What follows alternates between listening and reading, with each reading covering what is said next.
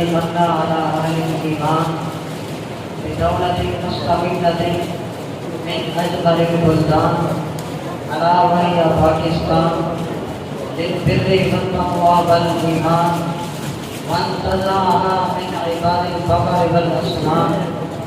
فقد قال الله تبارك وتعالى في القرآن المجيد المحكم التنزيل: إذا جاء نصر الله والفتح ورأيت الناس يدخلون في دين الله أفواجا فسبح بحمد ربك واستغفر إنه كان توابا.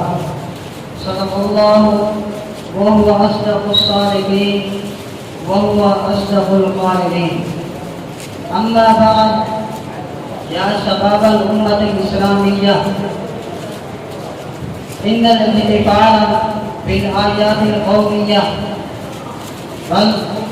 ومبادئ الشعور بالكرامة القومية وتوجيهه الهمم إلى الأعمال العظيمة ولنهوض الأمة في كل مراحل حياتها، داخلة أو خارجية، عربية أو مدنية.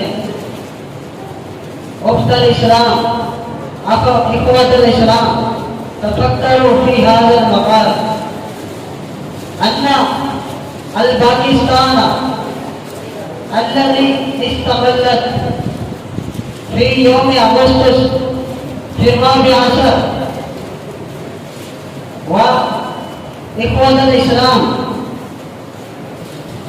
هل تفكرتم في هذا أن لماذا قدمت تضحيات كبيرة لاستقلالها؟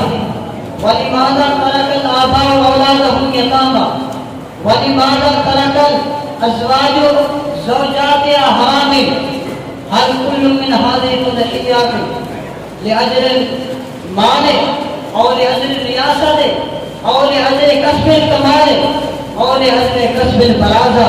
لا، بل هي أشركت إلى كلمة طيبة وهي لا إله إلا الله محمد رسول الله. إخوة الإسلام ومحبي الباكستان، تفكروا، هذه الدولة نعيش فيها عيش مديا الآن، وكانت جزءا من شبه القارة الهندية، وكان المسلمون والهندوسية عاشوا معا، وكان المسلمون بصورة عظيمة وممنوعيات عديدة كممنوعية شيخ سيد جمال الإنشاء رحمه الله تعالى ضد الهنود وخالفهم أعداءهم من الكفرة والحناتك ولذلك هجم عليهم أعداءهم من الكفرة والحناتك حينا بعد حين، وكانوا مستضعفين في الأرض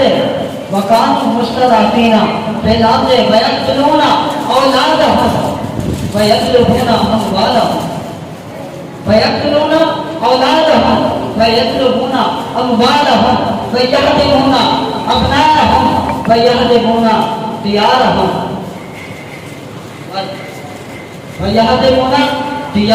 في ولايتها ولا في محافظتها، والمسلمون لم يالوا جهدا. إخوة الإسلام، تفكروا، والمسلمون لم يالوا جهدا حتى بلغوا إلى أن حصلوا هذه الدولة